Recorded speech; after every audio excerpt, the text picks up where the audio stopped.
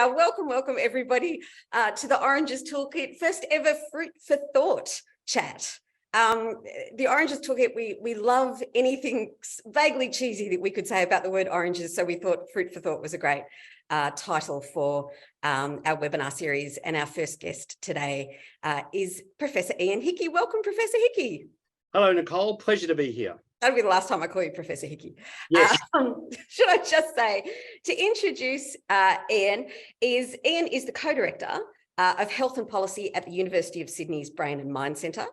He was the inaugural commissioner of the Australia's Mental Health Commission, and he's the former CEO of Beyond Blue. He is an internationally renowned researcher in clinical psychiatry, but more importantly, I think, apart from all of that overachieving, is he is now added to his list of achievements as podcaster, which is something we take very seriously in this house. And I should say, amazing podcast of Minding Your Mind, which has just reached the milestone, he does with James O'Loughlin, and it's just reached the milestone of over 200,000 streams. So congratulations, Ian. You're clearly talking about something that people want to listen to. People do want to talk about their mental health and well-being, surprisingly. Who knew? And the more people know, the more actions they can take. Exactly. Well, I guess what we're going to do, I'm going to ask you a couple of questions today, but a lot of it is really based around this, which is your new book out, which is with James as well. I feel really bad that James is not here, but there is such a guy called James O'Loughlin, and talking about minding your mind. And I guess the first question is, okay, you're biased, right? You're a psychiatrist. You think this stuff is important. You look at the research as to why it's important, but how do you make people understand why it's important to them? Why should they? We're all busy. Why do we have to mind our mind? We're minding everything else. Kind of interesting, because if you ask people what they fear most of losing, one of the things people fear most of losing is control over their own mind, over their own mental health.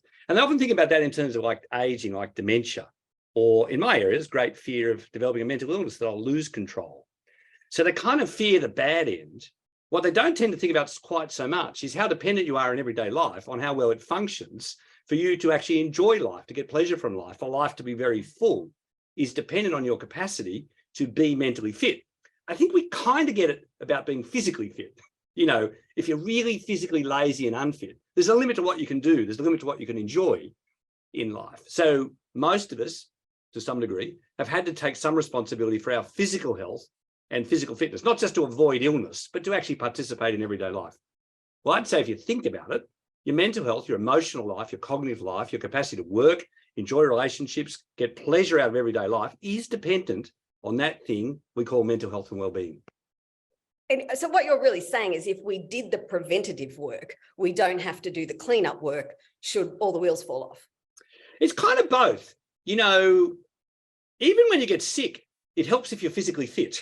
You'll survive the treatments better. So even if you might develop a mental health problem, if you have a strong sense of mental health and well-being, even if you have a mental illness, you'll do better.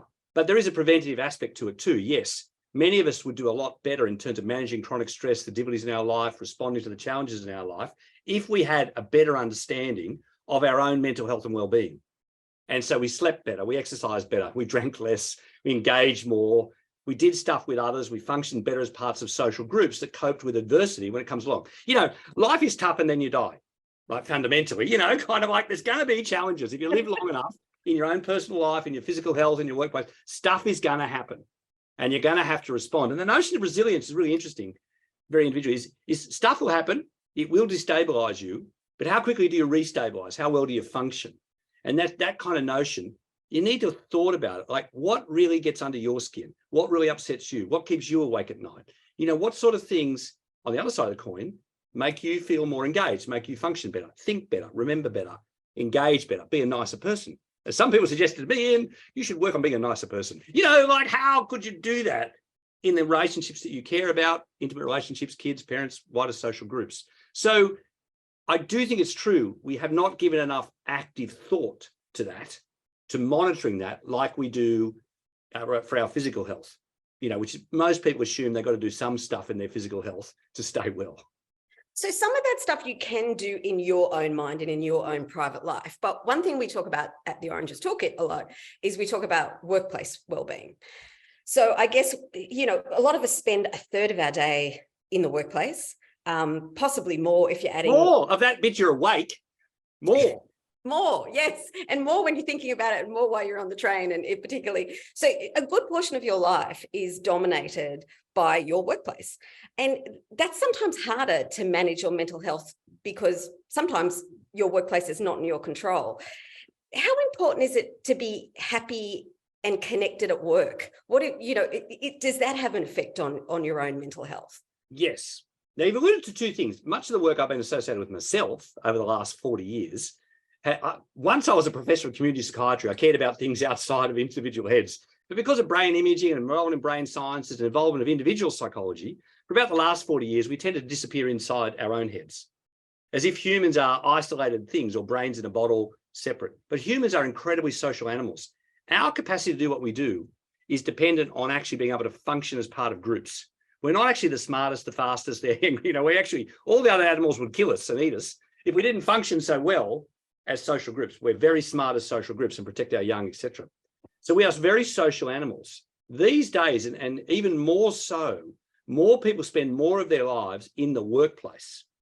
And that social relationships, therefore, in the workplace are among the most important social relationships that people have. They're not incidental. They're not inconsequential. They're actually really important.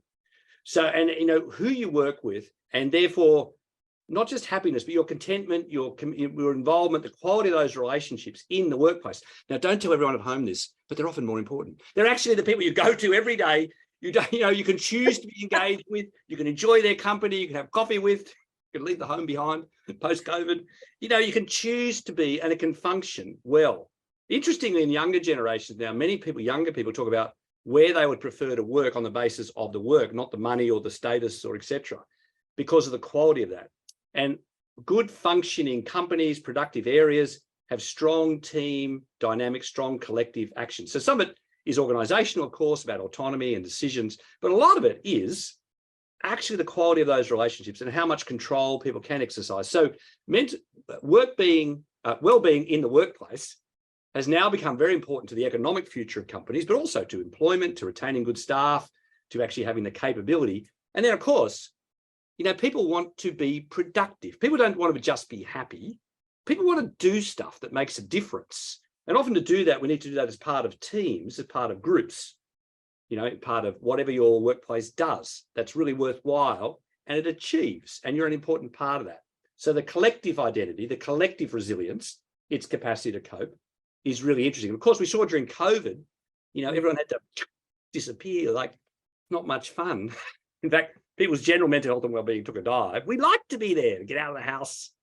Not that we don't love our families and children, but we like to get out of the house. And when we go there, we don't want to be in conflict. We want to enjoy those relationships. And these days, many people form the most important relationships of their life in the workplace. And the workplace relationships. That's sort of social, particularly for young people. I don't think it's controversial to say a lot of people meet their partners at work or through a professional way. I mean, that kind of social connectedness is something that COVID blew up. Do we have to learn how to do it again? Or do you think humans will bounce back and that need for connectedness and that need for that social interaction and purpose will surpass being in your trackies at home? So one of the upsides of the COVID disaster, if you like, which was really disastrous for our mental health, to really kind of swayed through social connection, and was people to go, you know what? I actually miss that stuff. That was important. I didn't really think those people were important. I didn't really think it was important, but actually it is. And in coping and in generational terms and others, I certainly send my kids to work in order to form relationships with people like them with similar interests in other areas. They'll meet, people that they relate to, and they'll be able to interact with people in ways that are meaningful and considerate and take into account. So yeah, I think perversely out of COVID, people have learnt the importance of social connection. And now we have this kind of interesting tension.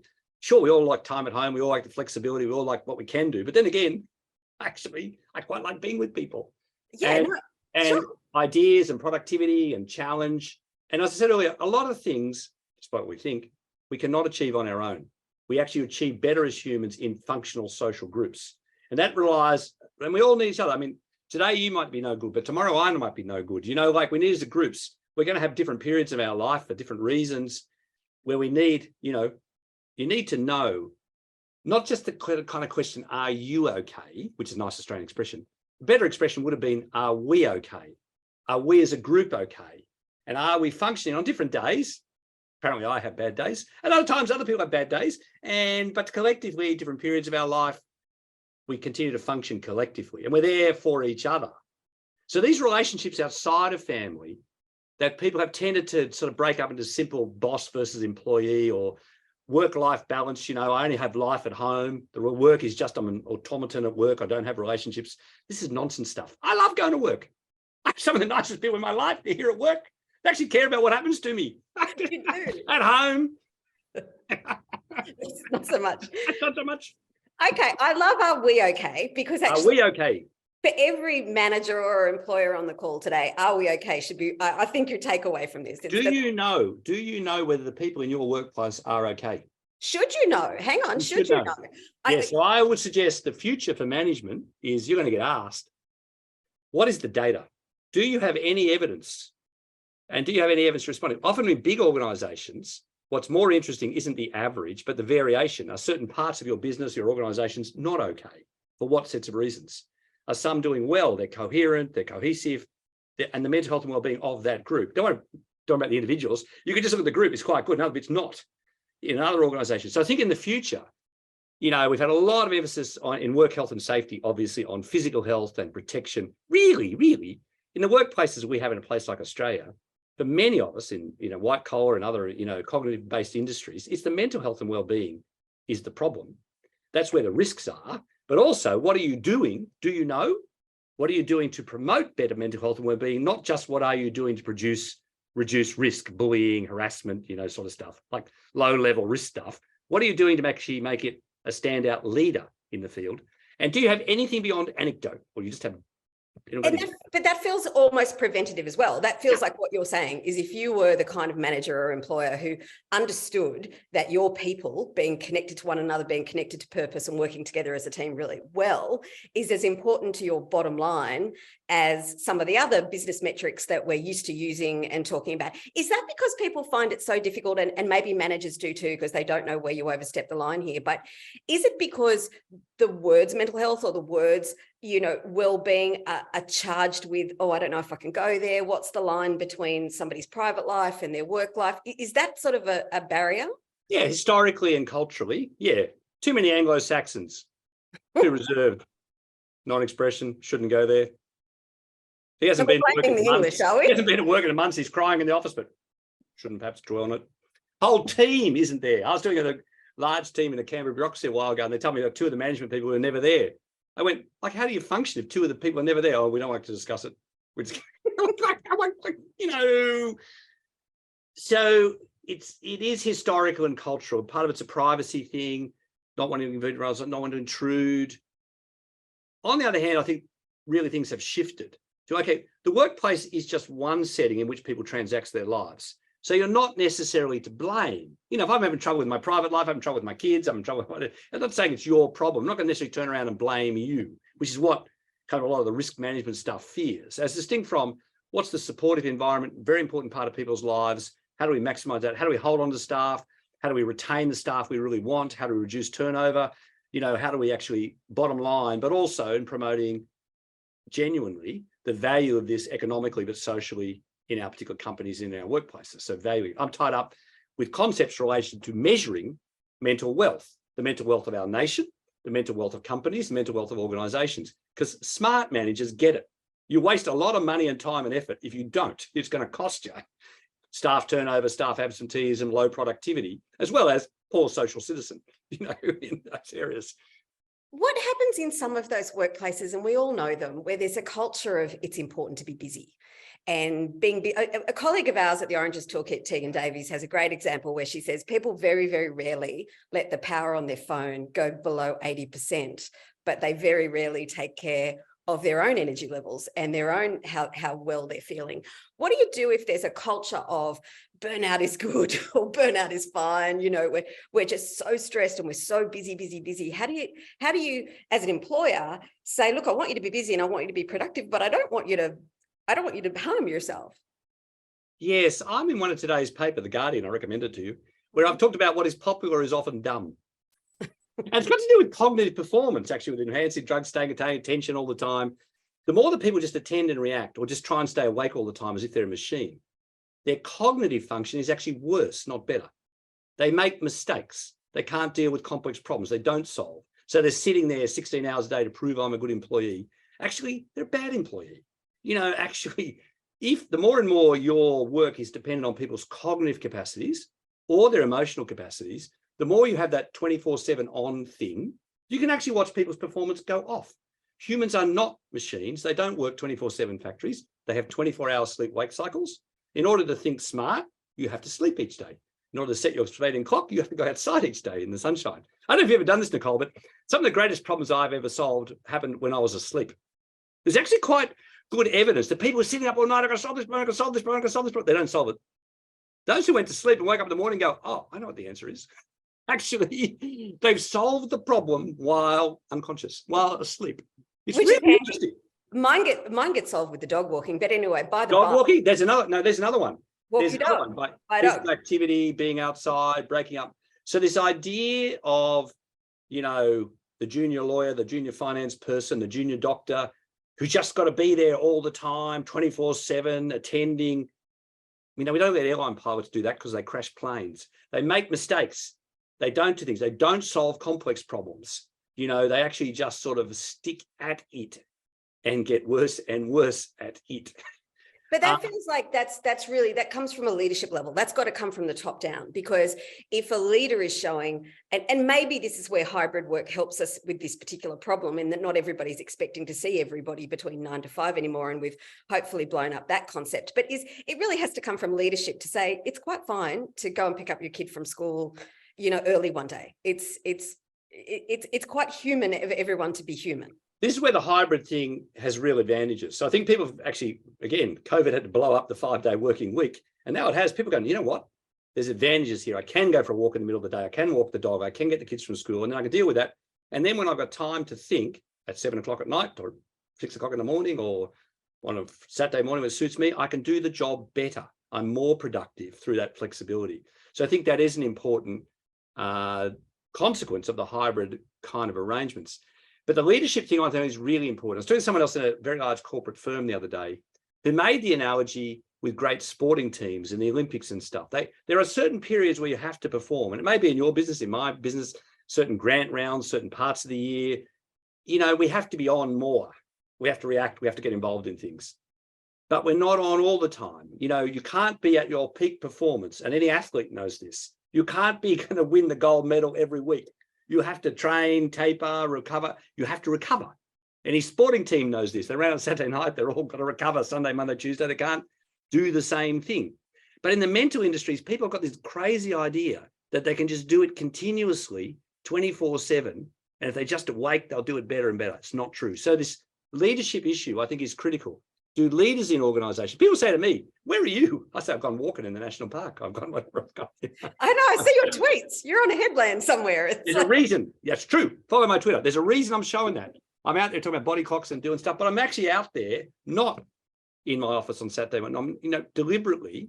And partly that is a bit of social messaging. Yeah, we need to do that stuff. And if we don't do it in the leadership type positions, nobody else. If you're intrinsically sending the message, no, I want you all to be here 24/7 on. I want you to respond to my email, my text at 6 o'clock on, Sunday morning. And I want you to, finish that 7 o'clock worse on Sunday night, start working on that. If that's the message you're sending as distinct from flexibility, then that's a problem. And I think that's what many people have considered to be the mark of how you'll be promoted, how you'll be successful, what you'll be rewarded for is activity, not productivity, and availability rather than being smart or, and socially useful. Yeah, I think it's what with kids, we used to call it busy work. There's lots of busy work that can happen, but is it good work? And if it's not good work, should you be doing it? But to get back to your recent point, I think leadership's the answer. And I don't necessarily mean it always needs to be senior leaders. It could be leaders of your team, leaders of the small group that you're working with. But to go back to your earlier point, when we ask people that come to our Oranges training, what's their biggest thing that they're struggling with at the moment? And it's hands down, 9 out of 10, it's always sleep. That seems to be the thing that affects most people, and then that have this flow-on effect to their work life. So I know a good part of the book. Chapter 3, go to chapter 3, the body clock. Sleep. It was good, but sometimes we need to remind ourselves of the obvious, right? So this is where humans, I don't know if you noticed, we're animals, not machines. And the energy thing that we have as humans is like a 24-hour battery. You have to run that battery down. You have to recharge it every 24 hours. The recharging happens when you're asleep. People say I can't sleep, but sleep's, 7 or 8 of those hours in the dark period, and you should sleep in the dark period, not the light period. It's actually a 24-hour cycle. So your circadian clock goes over that 24-hour period. Hormones come on at 3 or 4 in the morning to wake you up, more energetic. If you want to set world records, swimmers, get them up at 7 a.m. That's when they set world records. Building laborers go out, people went out in the fields. That's what we're built for, physical activity. Sunlight in the morning, activity in the morning, take the sunglasses off, sets the day, sets the clock. In the afternoon, there's a little down period in the middle of the day when you could siesta, but don't take around to one. Go out, walk around. And then a different set of hormones comes on in the afternoon to wake you up again. And then as the sun goes down, melatonin, the sleep setting hormone, comes on with darkness, which is interfered with by bright lights and TVs and screens, etc., and more activity to set that thing. Now, behind all of that is the energy system of the body and the brain cognitive bits as they go up and down across the course of the day as well. Now, if you've ever been jet lagged, for those of us fortunate to fly around the world, you realize the whole thing goes out the window. Your stomach's over the Pacific somewhere, your head's over New York somewhere, and is completely discombobulated. That's when the thing goes bad. And this really underpins our well-being, our sense of being well to do things. It's 24 hours. So the sleep bit, what people often notice are 2 things. They're not sleeping well, and then they lack energy. They're tired during the day. Both are indicative, and they feel just not right. They're both indicative that your body clock is out of sync. Then you've got to have, now this is the bad news, it's a 24-hour, you've got to do it each day. Here's some other bad news. It's much easier if you're young. When you're young, the internal body clock, which sits behind your eyes and the back of your brain, is pretty good at setting times. It moves. Little kids, as their mothers will know, little kids get born on a 4-hour cycle, which drives their mother mad because a mum has to move to their 4-hour cycle. When they're about, within 3 months, they start to shift to something like sleep-like cycle. Little kids then get up with the sun and they go to bed when the sun goes down. As teenagers, they then shift again, so they stay up later and sleep. And then as adults, we come back to what we call the adult kind of pattern, if you like. You've got to know that about yourself, and you have to do it every day. Now, the unfortunate thing, after about the age of 30, the internal clock starts to wane. You become more dependent on what you do each day, sunlight exposure, physical activity, regular patterns, to keep that clock in a 24-hour pattern. I don't know, Nicole, I've never asked you this. I don't know whether you believe in intelligent design. It's a religious concept, the humans, the Earth rotates on a 24-hour cycle? Yeah, apparently. Our clock isn't 24 hours. The one in our head doesn't match the actual Earth. So I would say it's a prima facie case of unintelligent design. What it means, though, is we have to set ourselves to the Earth clock. And as you get older, like after the age of 30, you need to be doing this continuously each day. Otherwise, your clock continues to wander off. So the less you attend to this, which is often what happens when people busy with kids, busy with jobs, working late at night on machines, chasing things around, no time for exercise, no time to be outside. See those tweets? No time to walk in the national park. They're That's tired, true. they're sleep exhausted, and they're what people call socially jet lagged. They've messed up their clock, can't sleep, tired all the time, irritable, difficult, can't think straight. Speak for yourself. And then, of course, there's the anxiety, right? I find that, and I'm really not saying how old I am, but sleep has become an issue. But then the problem is I get anxious in the middle of the night thinking, if I don't sleep, I'm going to be ratty tomorrow. And that adds to the silliness of it all. Right. So when I was awake at 3 in the morning the other night worrying about something. I've been jet lagged or whatever else, And of course, people in actually, I should have rung. People in my industry go, oh, well, you're worrying, and that woke you up. And I said, no. I woke up, and because I was awake, I started to worry. Like you mentioned, what am I going to do? I got stuff to do, Now, if I'd been asleep, I wouldn't have been worrying. My sleep had been broken by other things, jet lag and other factors. So one of the things is the deeper you sleep and the more consolidated your sleep is, you don't. Now, when you're not sleeping, then people do worry about it because it has consequences.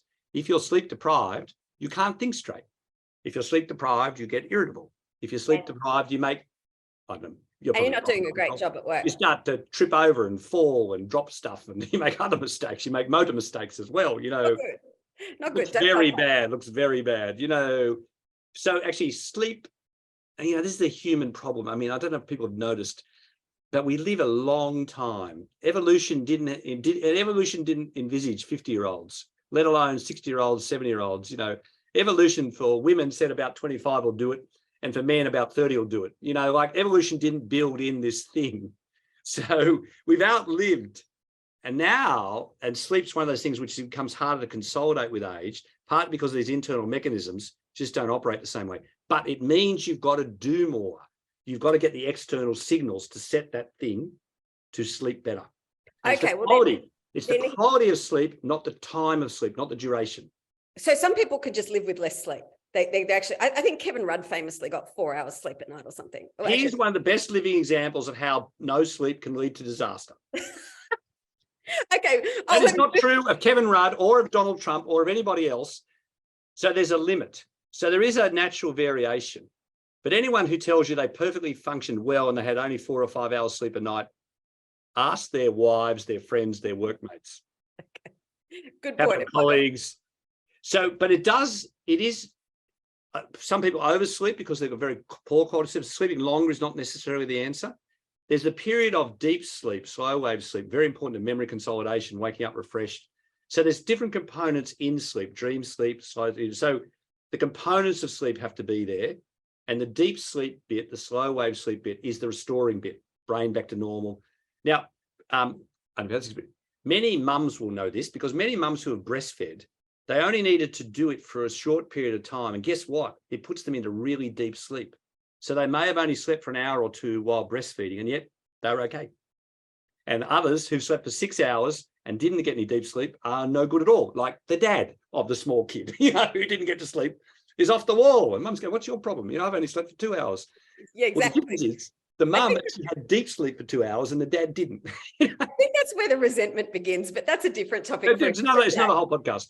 So last question is actually coming from the chat, from somebody who's asked the question. I'm sorry, I don't know who the person who's asking, and I'm going to paraphrase it, but I guess what they're saying is that for some people, and this is true for both mums and dads, but it probably does end up getting saddled with women more. What happens if you feel like working at 7 o'clock because you did want to pick up the kids at the school gate and you do want to take them to a dance recital in the afternoon or whatever it happens to be, and you come home and you feed everybody and everyone's off the clock and you feel like sitting down to work? How do you balance that flexibility with getting the right sort of expectations of your co-workers, which sometimes is, you know, as easy as sending an email in the morning? You don't have to send it when you're thinking about it. But how do you get that balance right? And is it good to say, you know, if it fits my lifestyle, it's good because it'll help my mental health more broadly? Yes. So I think this is where the flexibility bit has come in. So there's a very good example in the workplace I'm in. We have a lot of parents of young kids for various reasons. And, you know, having left my own kids at police stations at 6 o'clock at night, I wish I'd picked a few of them up earlier. And then for me, often many parents in this situation, after the kids are fed and washed and whatever else, 7 to 10 p.m. might be the best, most productive part of your whole day. But you've also clearly sent the signal that you're actually doing something else, socially very valuable, taking care of your kids, doing whatever, between whatever it was, 4 and 7. So I think that's actually sending a different message. Those other things do matter. There's a time for focusing on those. I think what's, you know, when people are trying to get all of these things into the same hour, you know, trying to finish work and pick up the kids and do it, you know, like that's a crazier signal, I think. So, and I think, I mean, I make the joke, I mean, having been the father of many small children in my life, I've had certain unusual periods, unusual times, late in the Sunday afternoon, other periods, which were often the most productive period for me when I could do something concentrated, so that I did have time at other times to do some of the parenting stuff or other socially productive stuff. I think sending the message that there are different components. It isn't work all the time. Now, sorting this out within teams and how that sort of functions. I mean, we're trying to sort out in my own teams which days we all come to work on the Tuesday, Wednesday, Thursday. What we do during that time. Then we won't do Zoom meetings and everything else on Mondays and Fridays. We don't. We're trying to actually reconceptualize how best to the flexibility, people's responsibilities, and get this balance between the group activity and the other activities with things. So I think it's a really interesting world now, having those discussions, and in different teams for different professions, for different work cycles, it'll matter. And there'll be teams like we talked about deadlines before or other particular things, certain periods where you might need to do more together and certain other periods where you can have more flexibility. I think the really good thing is everyone's up for the discussion at the moment, but what works best in your team, in your industry, you know, so simple blanket rules, You all must be in the office between whatever, 5 days a week, or I must go to work 5 days a week, or, like who even remembers what the 5-day week work is anymore? I mean, I don't know, But it's an opportunity. I see this an opportunity. Yes, it's an opportunity, and but it's got to be leadership. Leadership has to be, for everybody here who's in a managerial or leading role of a team or an organization. This is an excellent opportunity to get the best out of your people, right? It's got to be. Going back to an earlier point, what do you actually know? Because I think a lot of people are making stuff up on the basis of anecdote, right? Yeah. I've said to people all the time, like, what do you know? Do you really want to know? Do you really want to know about the mental health and wellbeing? Do you really want to know about this stuff? Do you really want to know whether this flexible work arrangement or that one actually works better or not? Do you want to know? Well, in the world I'm in, professional world, data would help, and data over time would help. You could have imagine having informed management decisions. It'd be fabulous. Actually, rather than, I reckon we should all go to the gym. I reckon we should all have Friday afternoon off. I reckon, Spoken like a true researcher. Well, I think at the moment, because it's a complex and evolving world. So a lot of our assumptions, I think, have gone out the window. Some of the things like sleep-wake cycles do depend on regularity. Like, one of the things about going to the office every day and whatever it's setting, like go to school every day for kids, is actually setting a regular behavioural cycle, which is very good for your sleep-wake cycle. So people's sleep-wake cycles went out the window during COVID as well. Some were staying up late, then they're sleeping in. Lots of people on Zoom in their jammies at 3 PM. Lots of stuff happened that was not good because it was very chaotic for people. And when they really had regular workplaces and other regular schedules, they had. So they're really interesting things. On the other hand, a lot of people did more physical activity during the COVID period. Yeah. They were not sitting on their office chairs all the day or stuck inside all day. They're more outside. So I think we're in an interesting area in your own industry, in your own groups. What really kind of works, and how are you monitoring that? Do people know what to look for? So this is where looking for tiredness, looking for mistakes, looking for absentees is one area, but also just trying to get people to record, whether you're personally doing it on a device or whether you're doing it as a company, getting better information to deal with. Because I think we're going to probably go through several iterations, like how does this work? And it won't be a one size fits all. Different industries, different size companies will find different solutions. Absolutely. But I think to finish that off, I think that point is excellent. You don't necessarily need to be an international research facility to say we could take some basic data in our own team and work out what works for us in this particular environment and test and try, right? Yeah, because what I see at the moment is a lot of top-down management decisions. Okay, you all take Friday off. Okay, you all do. Okay, hang on a sec. You can't force stuff. It's not really. Yeah. And I think a lot of the work I'm involved in the workplace, I inevitably, because I guess the world I'm in, talk a lot about the team that you work with. And a lot of people scratch their head going, like, what are you talking about? Okay, well, like, really, what are the teams? What are the social relationships? What are the units in your particular workplace or whatever that actually really matter? At what level does this really become meaningful? It isn't going to be just a sort of company average or whatever, because the actions you need to take need to then relate to people's real lives. Yeah, maybe there may not be a one size fits all type solution. That is perfectly wonderful advice to finish off our chat, Professor Ian Hickie. I can't thank you enough. If I hadn't mentioned the book is out, Minding Your Mind, but it's got a related podcast. So if you're more of a listener than while you're walking your dog to the podcast, or you can read the book. I believe you've got a new book coming out later this year called The Devil. On Depression, The Devil You Leave Behind. Yeah. For those who get into darker spaces, come to the next book. We'll have you back to talk about that one, but we'll laugh less. Professor Ian Hickie, thank you so much for joining us at the Oranges Toolkit. I really appreciate you taking the time. Thank you, Nicole. Thanks for coming, and thanks everybody else for coming, and I hope you enjoyed the chat. We'll see you next time.